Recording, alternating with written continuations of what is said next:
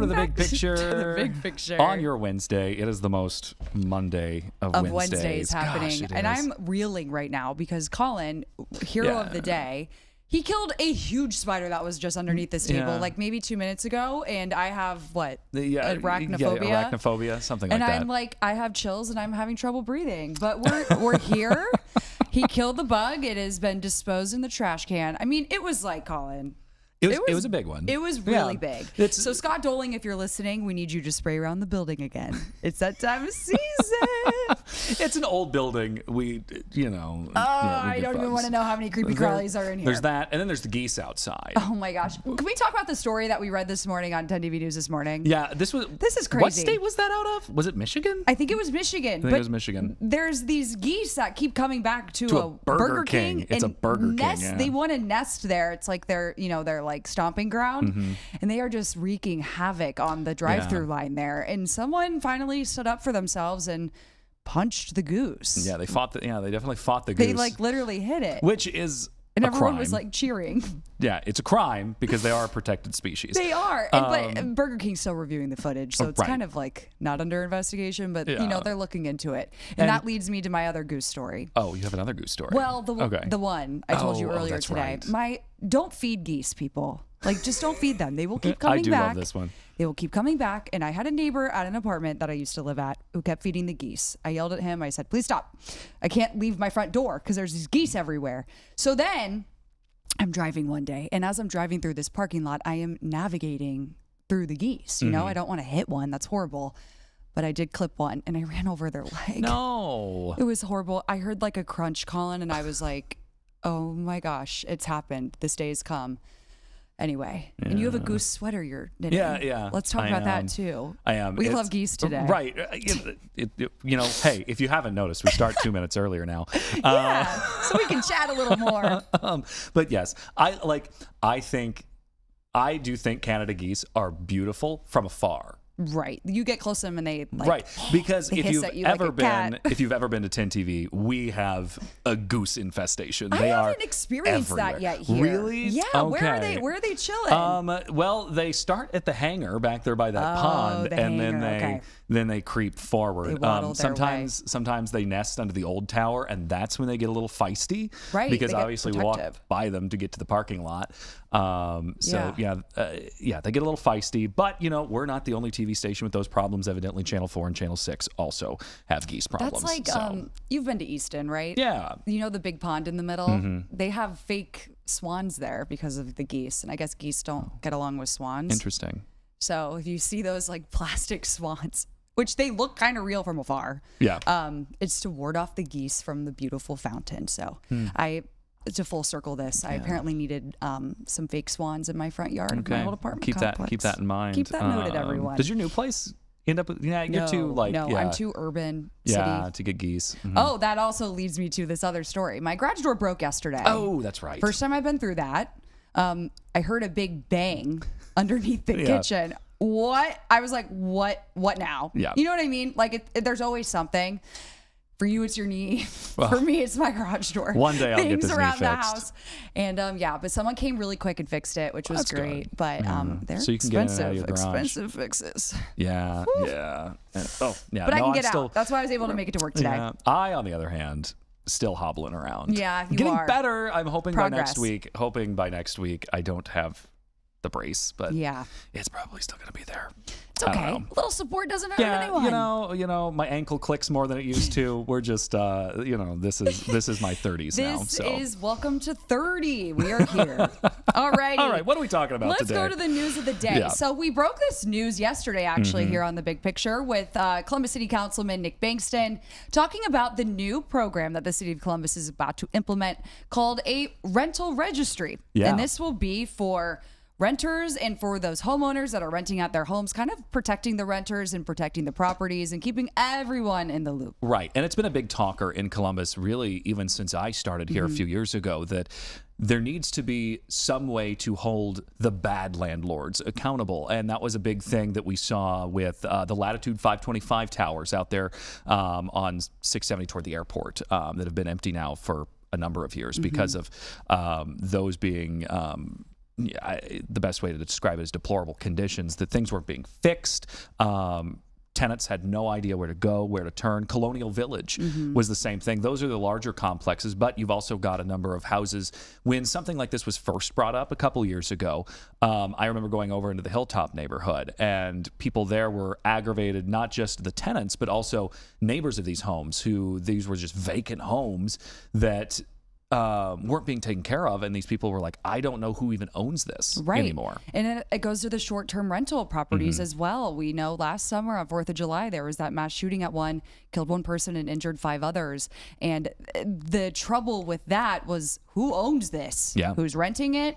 Who is responsible for what has played out here at this home? So this should help give the city, obviously what it's called, a registry, so they can quickly find out that information in a time that they need to. And so here's a part of our conversation with Nick Bankston from yesterday. The rental registry is something that's been talked about, as you said, for years in Columbus.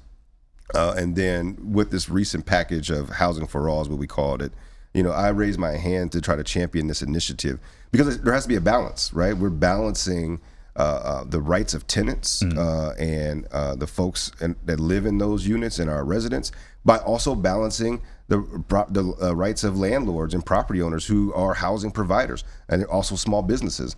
And so I think what we've come up with is a very balanced approach that basically simply says that if you rent to folks in the city of Columbus, you have to register with the city.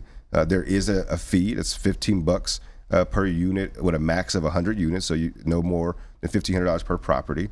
And in return, what that does is it allows us to have more data on not just simply who owns the place, but who's the contact, who's the person that is supposed to be in charge of caring for the space, who's the emergency contact in case something happens in the middle of the night and we need to get in contact with them. And then the other element that we folded in there is this: every 3 years, we're going to do a proactive kind of educational inspection of the unit, right? That's a cursory review of the exterior. If there are common spaces, looking at the common spaces, just so that it's not necessarily a crackdown, but it's a check-in, that we want to be proactive and get ahead of some of these things that we've seen. Colonial Village sticks in my head, as well as Sawyer Towers. Those are the big kind of outliers, but every single day there's things happening where someone's heat is out, or there's a leak, and those residents are scared to call, and there's no recourse for them. And so how do we as a city get more proactive of working with these property owners to ensure that all we're asking is that if you're going to be renting to folks, that you're accountable, that your place is safe and in order. And if you are, then, no harm, no foul. But we need to make sure that we are holding folks accountable, and ensuring that if you're going to be in the business of providing housing, that is a quite different commodity than anything else, right? That's where people lay their heads. That's where people raise their families. And so it has to be safe. And that's a true partnership between the tenant and the landlord. Right. And that's because as it's always been talked about in the past, this isn't to target the good-doing landlords out there who are maintaining their properties and working with these. It's those who are using it just as an income stream and just set it and forget it. And then we end up with these problems, such as Colonial Village. I guess the natural progression of this is when would this roll out? So you guys are getting exclusive. We're actually going to do a press conference. We've had now, 3 public hearings on this. We've talked about this since last September. I've engaged with many stakeholders. So this is a long time coming, but we'll be doing a press conference tomorrow with my goal and hope is that I will bring this to my colleagues on the 20th for passage. Yeah. So as he mentioned, there is that news conference today. That was taped yesterday. Yeah. That's going to be at 11. So we should find out a little bit more about this. And as we've talked about, this has been a discussion that's been going on in Columbus now for a number of years. I think this will only benefit things. So we'll see. Yeah. We'll keep monitoring that. Okay. What time is it? It's 9:07 on your Wednesday morning. There we go. Let's talk about data centers again. Data centers, our favorite topic. Always a big topic of discussion. We're going up to Sunbury right now because there's a city council meeting happening tonight. The residents are very upset. There's an Amazon facility that's being proposed to be built there. data center. And, the local government there is listening to the residents' concerns, and they're discussing whether or not to place a moratorium on these data centers. Right. And the ordinance that's going to appear on the council, or, that's up on the city's website now, would basically put a temporary ban in place. And that's going to be there until, if passed, through January of next year. Now, this has been a pretty hotly contested topic in Sunbury now for quite a while, since the announcement of this. And there was a city council meeting really a couple months ago that got pretty heated. And then also in his State of the City address, the Sunbury mayor, Joe St. John, addressed this of kind of the looks of what's going on there. So it is a hot topic, and it's also one that we've seen a lot of communities push back on. But let's right now focus on what's going on in Sunbury. Sunbury Mayor Joe St. John spoke about the rise of data centers and AI projects at his State of the City address last month. These are complex projects. They present opportunity, but they also raise questions about infrastructure, long-term planning, and community impact. And I want the community to hear this very clearly, that we are listening. This has been a very passionate issue in Sunbury. A lot of people have spoke out at city meetings, including Larry Toty, who shared these words back in February. This is going to boil down to you putting people over the dollar. It's going to boil down to you keeping your moral compass when your ego and a possibility of power. As 10 TV has reported, Amazon is looking to place a data center inside Sunbury's new industrial park. Mayor St. John says he had a phone conversation with Amazon and others about the proposal. He says those conversations were encouraging.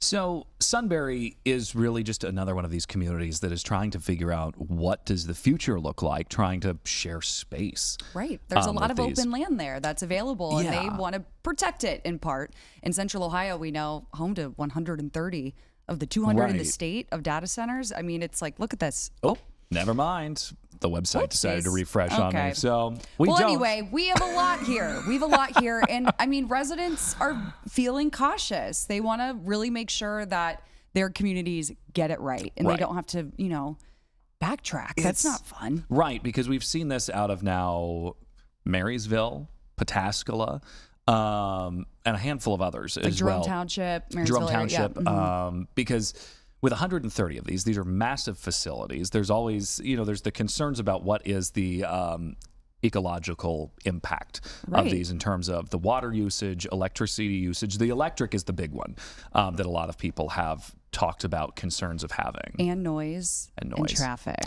which is construction traffic is another big thing. And a lot of people in these communities, they move out to Sunbury because it's rural. Yeah. They want the land, they want the space, they want the peace, and that's being disrupted. So that meeting again is happening tonight, and we will follow that, of course.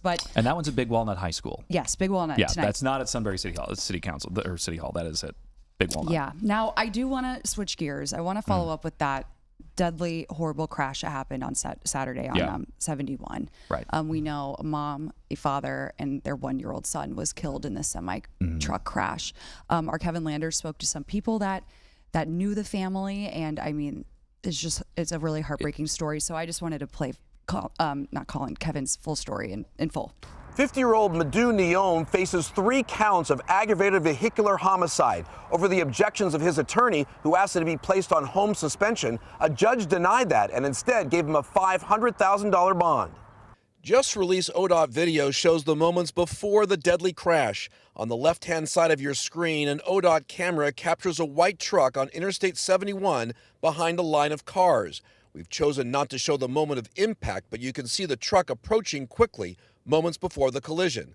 The aftermath created a fiery scene and sparked a fury of calls to 911 from drivers on the opposite side of the freeway. The whole road's on fire, and there was a huge truck that just ran over a person in a car, and the car's on fire. We've got multiple vehicles involved.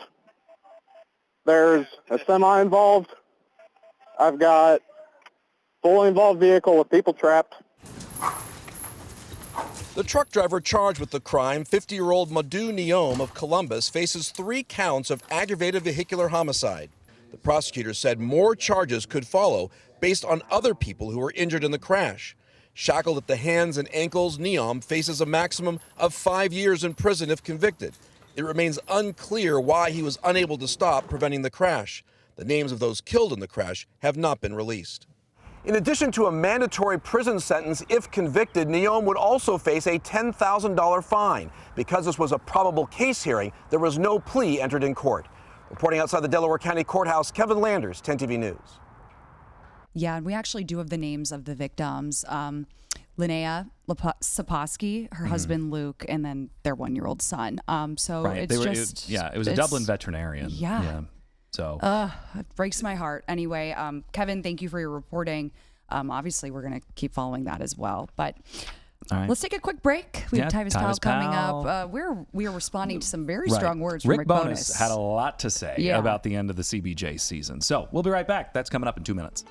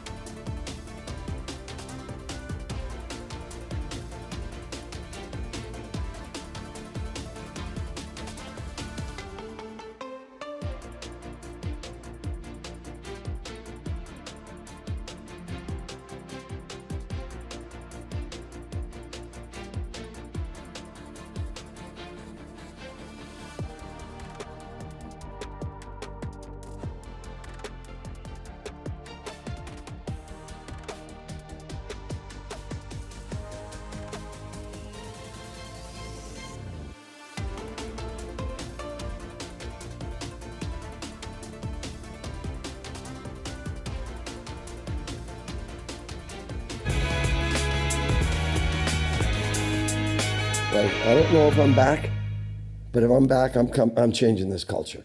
These guys, they don't care. Losing is not important enough to them. It doesn't bother them. Like, how can you go out and play like that? Should have done this about a month ago. But this is why we are where we are. This is why we're out of the playoffs. That kind of effort. Losing, you have to hate losing. I don't care if it's a meaningless game. I don't care. Show up and compete. 3 hits, 23 giveaways. Who you just heard was the head coach of the Columbus Blue Jackets, Rick Bowness.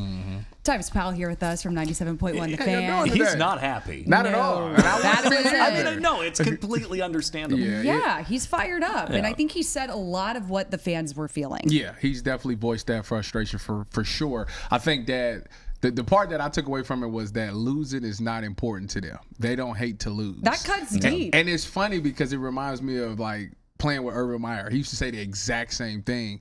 And when you've lost a lot in your career, you kind of get used to it. And that's the worst thing for a locker room, to get used to losing.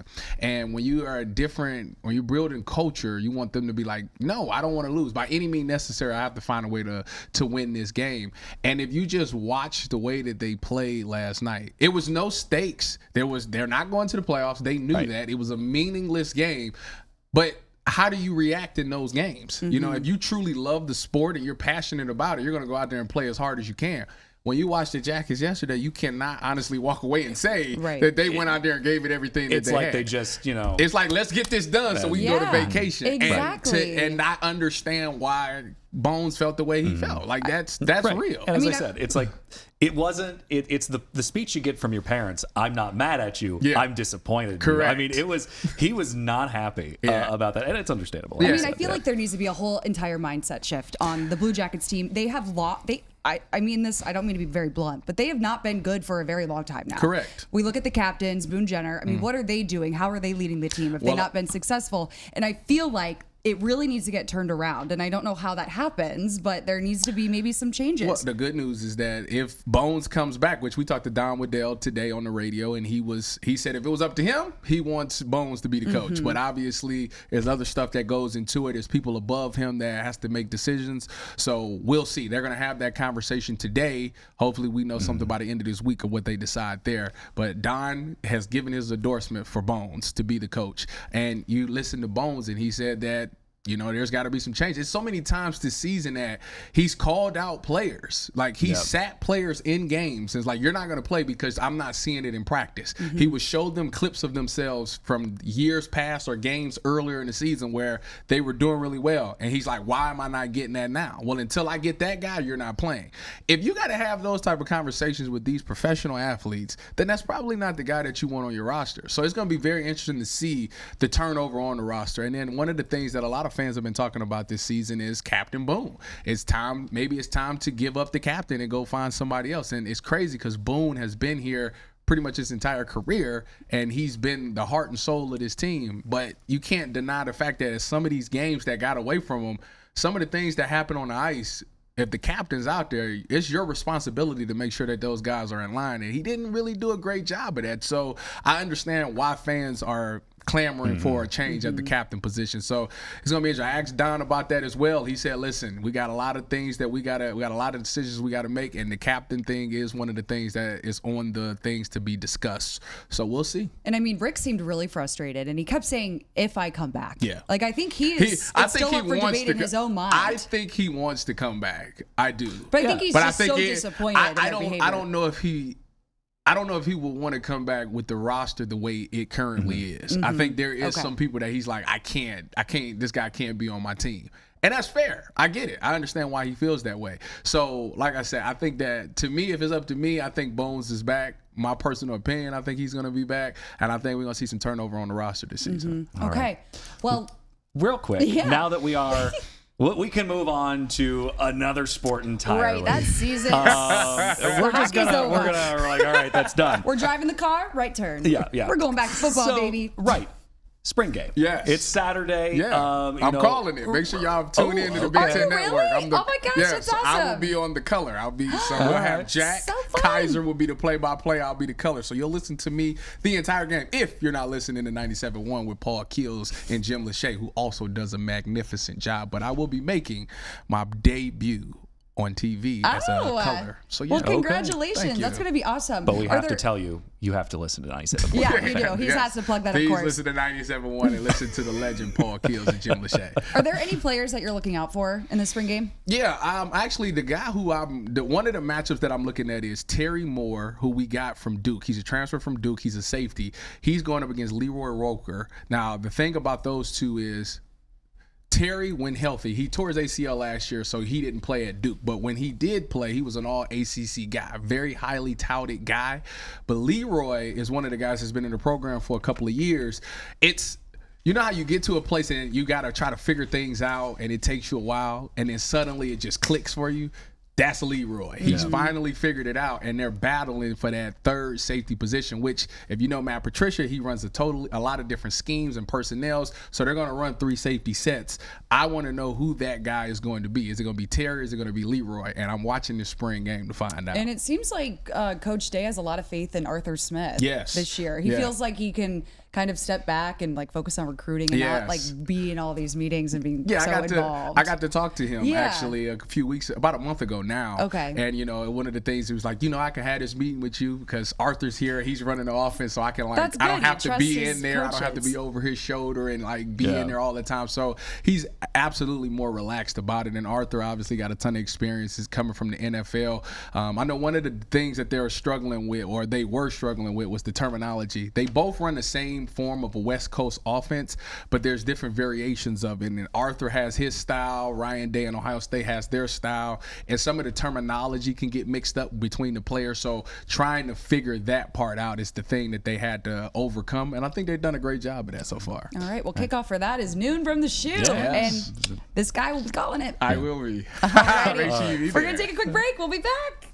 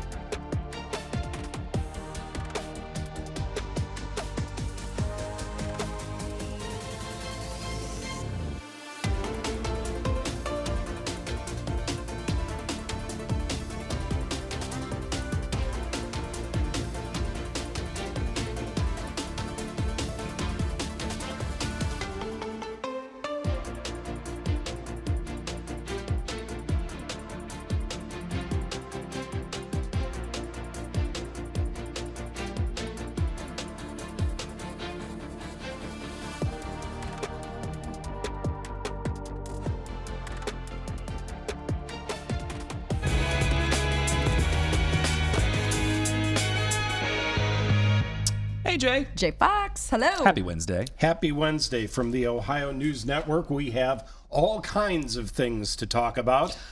Are you up to speed on what's happening with Jobs Ohio? There's a lot of development here. There's Now a lot going on. Now the legislature's getting involved. The legislature's getting involved. So let's go back to the beginning. Jobs Ohio invested $60,000 into a podcast that ran once and then was archived and then was removed. But there were supposed to be 4 episodes. There were supposed to be 4 episodes. So Chrysantha Velachos, the podcast was called The Call Out, and now Jobs Ohio wants their money back. Well, they should never have spent that money is the question that is being asked by the legislature. So State Senator Sandra O'Brien, who is a Republican from Rome Township, she's introduced Senate Bill 420. What this does is it requires Jobs Ohio to have an annual performance audit. And it also would require them to comply with Ohio Public Records and Meetings Law, making their financial records and decision-making process accessible to the public. My question is, why wasn't that the case to begin with? Yeah, fair. Very valid question that's being investigated. Because we've got that. We've got the Athens situation that's also involved. No, Athens that's is not different. Jobs Ohio. Athens It's is not different. Jobs Ohio, No. but it's the same genre.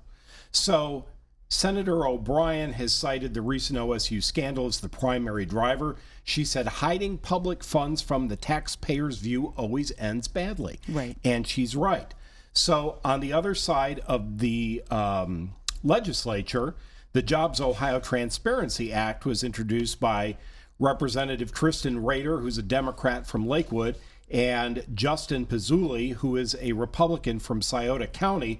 So the hope is that if the Senate passes theirs and the House passes theirs, they'll combine them. Meanwhile, did you hear about what happened at OSU as a result of all of this? Yep, another resignation. Right. So Ted Carter's advisor, a guy by the name of Chris, is it Kabuchik or Kaborchik? One of the two. Anyway, he was a senior vice president at Ohio State University. He resigned effective immediately, and sources close to the university say this is all tied to his relationship with Carter, what he was doing there, and the fact that the university is going in a completely different strategic direction as a result of the change in leadership. Yeah, definitely a lot to unpack with that. All right, so real quick, before we take another break, I want to go down to Nelsonville in Athens County. Let's follow up on this story that we've been following for quite some time. You mean the town where nothing's changing? Nothing's changing, but we've got two city councils. One is valid question mark, and the other formed because they don't like the other. All one. right, so Bryn, we learned yesterday, likes trivia. How many months has this been going on? Is it, I'll give you multiple choice. Oh, okay. Is it 5? Is it 8? Or is it 14? I'm going to go with 14. No. 8. 8 months. Dang it, that was my first You were one. close. So no change since August. You have two rival councils who both believe they're rightfully in power to govern the community. So the city is currently functioning with significant friction, as you might believe. The Charter Council still controls City Hall, city finances, and personnel, but high-profile projects like the Nelsonville Aquatic Center renovation have faced delays, or they've had redirected funding discussions to the ongoing governance crisis. So one's sitting in the real building, the other sitting in the middle school gym. How do we resolve this? The state's got to get involved at some point. Somebody has to get involved. So You would hope. it's either going to take a court order, and that court order would have to repeal issue 23 and say that the repeal was actually illegal, forcing the Charter Council to then vacate City Hall and hand over authority to the statutory council, or the Ohio Supreme Court would have to reverse course and get involved. Remember last year, nope, we're not doing it. Or one or the other of the two sides is going to have to concede. There is no likelihood of that. I was going to say, after 8 months, I don't think that's going to happen. That's probably not All right, Jay happening. Fox, thanks so much for coming on this Always Wednesday. a pleasure. It is tax day. That's what we're talking about next. Yep. We'll be back.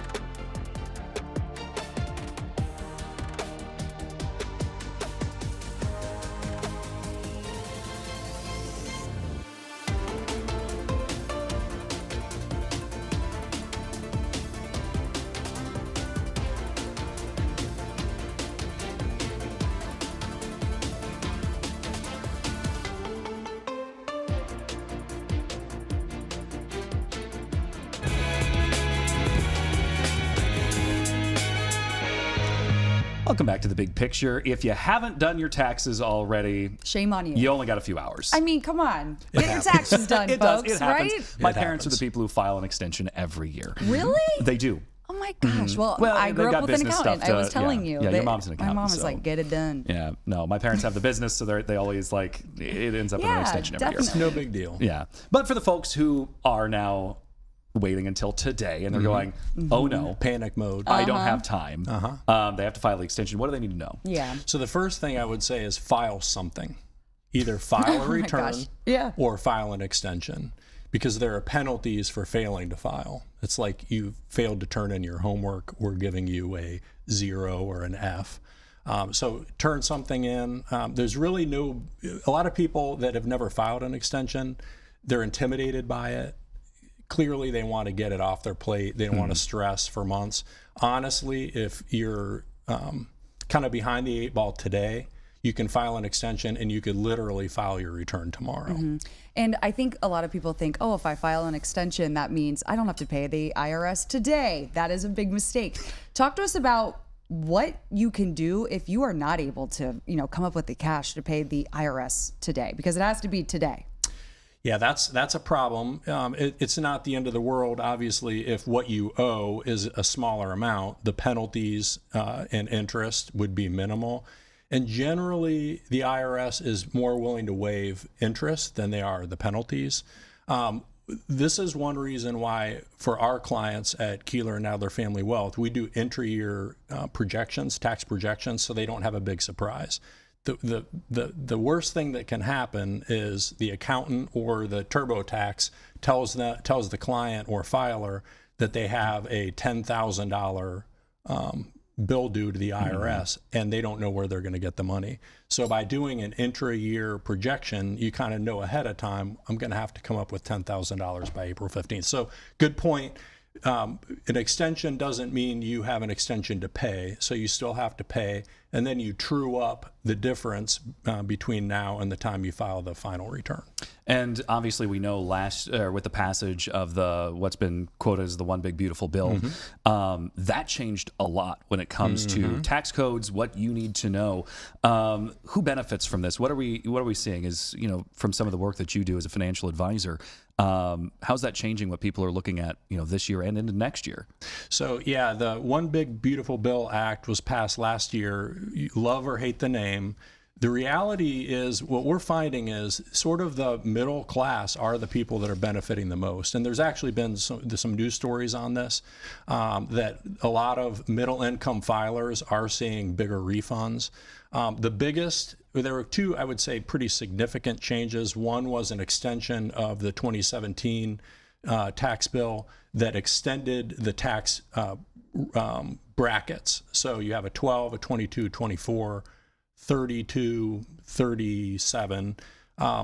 Obviously, what we try to do for our clients is do what we can to keep them in that 12 or 22 percent tax bracket. So that's a big one. And then the second really big one is increasing the SALT deduction, that's state and local income taxes, from $10,000. That was the limit under the 2017 law. It's now $40,000. So that's property taxes, that's state and local income taxes and sales taxes. So that's a pretty big one. The standard deductions really weren't changed, but for folks that have high property taxes that were capped before, between your mortgage interest and your property taxes, you could have, say, $50,000 or $60,000 in itemized deductions. And Collin, I know you talked about your parents being business owners and they like to file for their extension. For your clients, do you recommend, if they are business owners, that they file their taxes quarterly, pay that way? What do you recommend for that? Or do you like to advise them to do it just kind of all once a year? Sure. It really depends. We have a lot of clients that we file quarterly returns for. Okay. And one thing I should mention, the IRS is phasing out paper checks. Yeah. So you really need to be paying electronically. So for folks that are paying quarterly, they set up an account, pay those taxes quarterly. This April 15th deadline, the IRS is allowing people to still file with a check. We have a lot of procrastinators, so some folks aren't familiar with how to do that. So they're giving some leeway on that. The one benefit of paying quarterly is it obviously breaks up the tax liability over 4 quarters. But in addition to that, if you fail to pay tax in the quarter in which the income was earned, the IRS is likely to charge you a penalty. and interest. So to avoid that, you really want to stay on top of it. And really, this time of year, and especially this close to the deadline, what are some of the biggest mistakes people are making? And I mean, avoiding them is, could be as easy as just being a little bit ahead of this. But up until today, what are some of the largest mistakes that we're seeing, especially with some of the changes this year? So what I would say is, if someone is starting this year to file their own returns using TurboTax or another online system, the system doesn't necessarily know what documents you should have. So if you have 1099s from bank accounts, from investment accounts, not retirement accounts, it doesn't know what you have or don't have. So it's not uncommon for people to miss those things. And then if you're working with a CPA, the CPAs generally are more reactive than proactive. So you hand them a packet of materials and they input that data and spit out a return. If you've made charitable contributions, if you have paid an estimate, but you forget that you paid, or you failed to pay the estimate, if the CPA has that information wrong, the result on your tax return is going to be incorrect. And the IRS generally catches those mistakes about 2 years later. So 2 years from now, you get a nasty gram in the mail saying that you owe something because something was missed. Right. So again, it's one thing we do for our clients is not only do we do the intra-year tax projection so there are no surprises, but we also offer to review the draft return before it's filed. And also make sure you get that Social Security number in there correct, right? Oh, and yeah, then that's a your big one. routing and bank account number for that direct deposit. Right. That's one of the biggest mistakes that people make Yes. when they file their own, is getting their Absolutely. banking account number. All right. Thank Andy you so Keeler, much. president of KN Family Wealth, joining us today talking about tax day tips. All right, Andy, thank you so much for coming in. My pleasure. Appreciate Thank it. you. We'll be right back.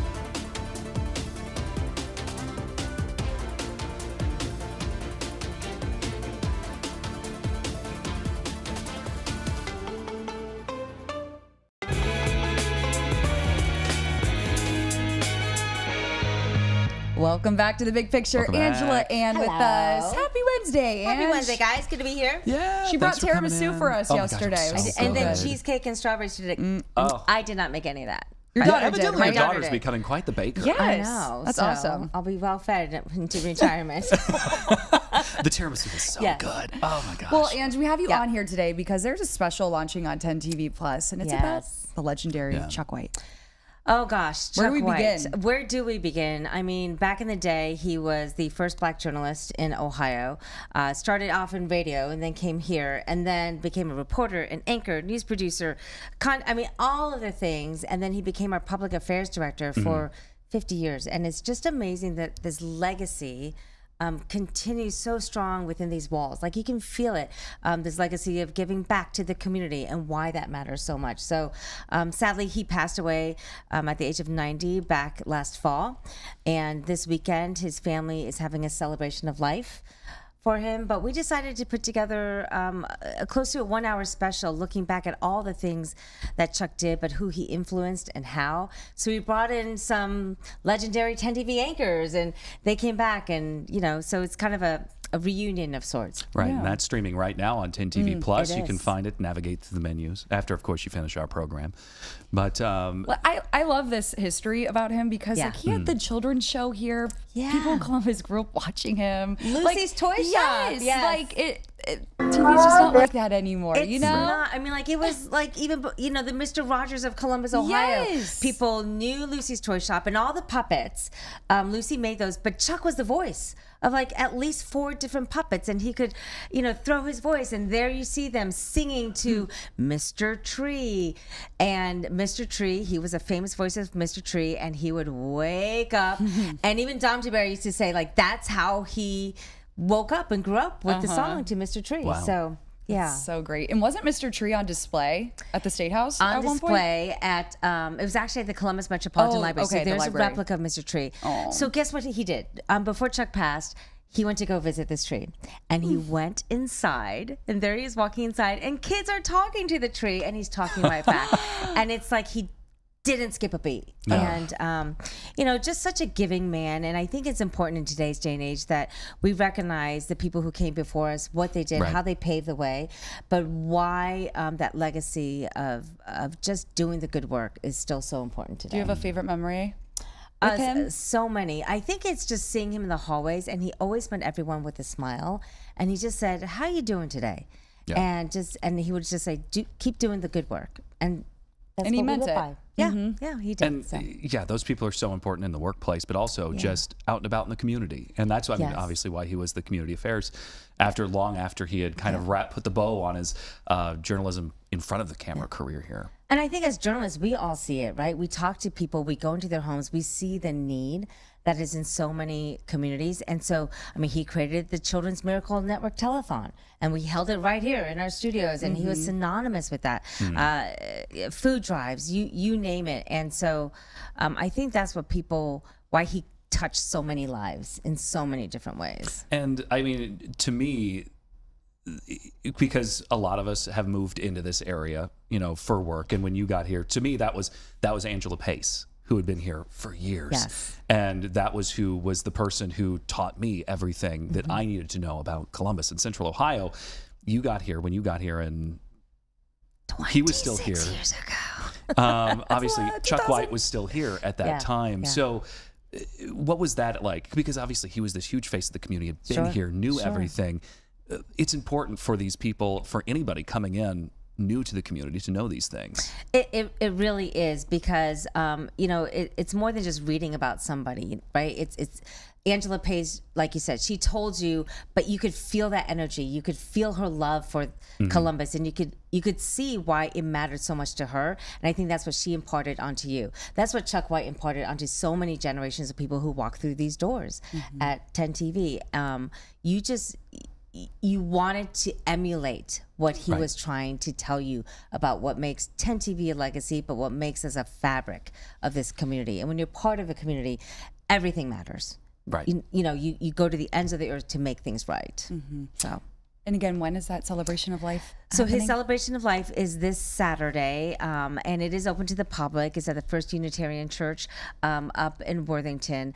And you're going to see people like Angela Pace, Right. Jerry Vavish speaking, but they're also part of this special that's on 10 TV Plus. We also brought back Fritz the Night Owl. Oh, you guys wow. were way too young, weren't even born, I think, when Fritz was on the air, but he was kind of like another cult favorite in town, had a night comedy show wore these big old dark glasses and was just off the wall. But Fritz was Chuck's college roommate that got him the job here. I know. It's like all Wild. those circles. Everything, funny. yeah, So we comes back found around. Fritz, and Jerry talked to Fritz, and it's a Wow. great conversation. Yeah, there's Jerry so Revish, many- that's who I grew up watching too. Oh, that's so cool. We're all part of it. Yeah, there's so many, absolutely. yeah. Well, thanks so And- much. Thank Thanks you, for putting that guys. together. It was You should- really everyone should special, watch you it. know, and it was kind of neat going through the archives because it just reinforced again why we're doing what we're doing, right? To inform our viewers and the public, but also to empower them. Like, there are things you can do to take control of your life, but things that everyone can do to uplift each other. And of course, the families also said that anybody is welcome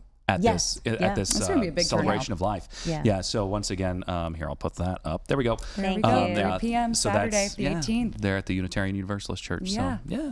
Awesome. Angela, thank you so much. Thank you, guys. Appreciate your time. Yeah, we'll see you.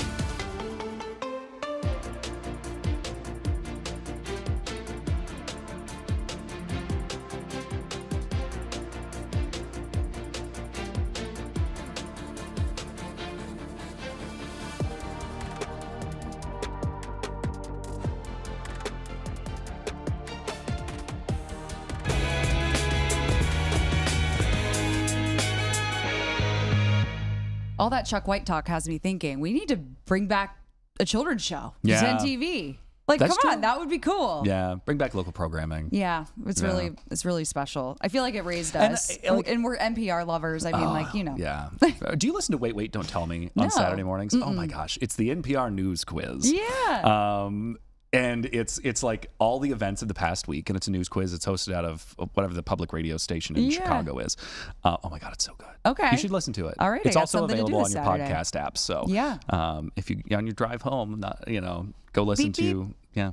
That's the best time to listen to that kind of stuff is when Oh. you're in the car. Yes. I love yeah. it. All right, well, come back here at home. We want to talk about a story that Rochelle did yesterday, our investigative reporter. She, is really highlighting the growing problem of homelessness for teenagers in Central Ohio. And it's something like 10,000 10,000 in just Franklin County. Franklin County, which is 10,000. an enormous number. It is a huge number. We're talking about people under 18 years old without a roof over their head. They don't know where their meals are coming from. They don't have that support system around them. And so there's a local organization called Star House, Yes. and they're opening up a new branch. Yeah, they're on the south side. Yeah. It's one of the churches that the diocese closed down a handful of years ago when the Columbus diocese went through and decided that it Is was that the time to. Ladisius? Yes. There we go. Ladislaus. Ladislaus. St. Ladislaus It's Catholic Polish. Church. And That's a Polish saint, right? Did Hungarian. we decide? Hungarian. Hungarian. Saint. There we go. We knew it was somewhere in Eastern Europe. But so these we've had there's a few churches that are sitting vacant right now, and this really gives there is a kind of continuity of what that was, of like still being a building of service, and Right. this is having a new life for that, and this is a really sweet option. And of course, this is what Rochelle was talking about with that. Star House serves youth ages 14 to 24 who are in need, and they tell us the opening of this new facility is proof that the need is only growing. This former spot for spiritual refuge on Columbus's south side will soon be transformed into a place of literal refuge for young people in need. Tuesday, Star House announced that after 20 years of serving in the Milo Grogan community, they would soon be opening a second drop-in center. It's aimed at youth ages 14 to 24 and their kids. Leaders for the group say the short-term goal is to provide them with shelter, food, job training, and hope. And long-term, they say the goal is to keep them from ending up on the street ever again. These are our young people. These are young people who grew up in our schools, grew up in our neighborhoods, and it is our responsibility as community members of Central Ohio to ensure that their needs are met and to give them the opportunity to have shared prosperity with all of us. This center is expected to open in early 2027. In Columbus, Rochelle Aline, 10 TV News. Now, a lot of the homelessness issue that we are seeing in Central Ohio just really goes back to affordable housing options, which we have extensively talked about here at 10 TV. There's a lack of that. There is. And because we've seen the cost of housing, not just the cost to buy in Columbus, but also the cost to rent go up substantially. And that's because of, we're increasing at a rapid pace in terms of population at a rate that isn't keeping up. Yeah. Since January of 2020, teen homelessness in Central Ohio and like the number of families, it's risen 10%. Yeah. That's a lot. It is. And it's, everyone needs a roof over their head that they can afford, that's, safe to live in. So I think this church kind of being repurposed is really just a great thing. And this is a look at the homelessness in Ohio. This was a point in time count done a couple years ago. So you can see, we're still way below, the high when this, in the gap of which this was done from 2012 of about 14,000, but it's still not great. We're still, we're approaching that 12,000 number. And about 80% of Ohio's homeless population, they are in a shelter or transitioning housing. So this new Star House building is just going to help lower, close that gap more, which will be great. And as we've talked extensively on 10 TV, that sometimes there's not enough space. No. There's not enough of these resources to go around, and nor is transitional housing a permanent option. The goal is to get people stabilized in a situation to have that permanent housing, because not only does that give you a sense of safety, but it also helps with everything number else of down things. the line. It Getting does. a job, all that. It helps you feel so much more stable when you have some consistency. And dignity, I think that's a big thing. Oh, absolutely. Just pride and having, dignity in yourself kind of starts at where you live, like what's your home, your home base. Right. So, and I know like over the wintertime, and I don't know if you've done much with them, but when I was still out in the field reporting, talked a number of times with Third Shift, which is one of the outreach organizations. They were running a warming center at one of the Lutheran churches, and it's ran by a woman who was formerly in a homeless situation. And once she was able to get these resources and herself back, really her feet underneath her, this was her way of giving back to the Columbus community, that now she provides a place for people who don't have a place to go. Yeah. So I did a lot of stories with a group called Sub-Zero in Cleveland, and it's a veterans nonprofit, and they've been trying to expand down here to Central Ohio. But in the winter, they hand out, clothing and gloves because it gets so cold here. I mean, look at last winter. But I've talked to them about just like the growing teen population, and it's just every year it's they're seeing more and more teens out on the street in the wintertime. So, okay. Let's switch gears. Yeah. Let's talk a little bit about tomorrow Yes. and what we have coming up. We have City Attorney Zach Klein for the City of Columbus coming on tomorrow. We've had him on in the past talking about nuisance properties, but there has been a new update in one that interesting. This is very interesting. And if you are familiar with the Linworth area at all, I grew up around that area. Linworth, there's the BP, there's the new United Dairy Farmers. The original Cameron Mitchell's is right over there. Yeah. What's now a Dunkin' Donuts used to be Wendy's. Like I know the whole area. I really grew up down the street from there, so I know. But that takes me to the Russian Learning Center, which Yes. was next to the bookstore across the street from now Aardvarks, which used to be the old It dive used to be shop. a swimming pool? Or, No, yeah, it used to be a dive shop. A dive shop, Yeah, that's my it, older yeah. brother worked there, and I got certified there. Anyway, a lot of lore on Linworth for me. Yeah, I was like, man, But you know, when you're North Columbus. when I saw this come out, that Zach Klein in the city, they are shutting down this Russian Learning Center. I mean, it's been around for 30 years at this point. I'm 30. It's been around since I've been alive.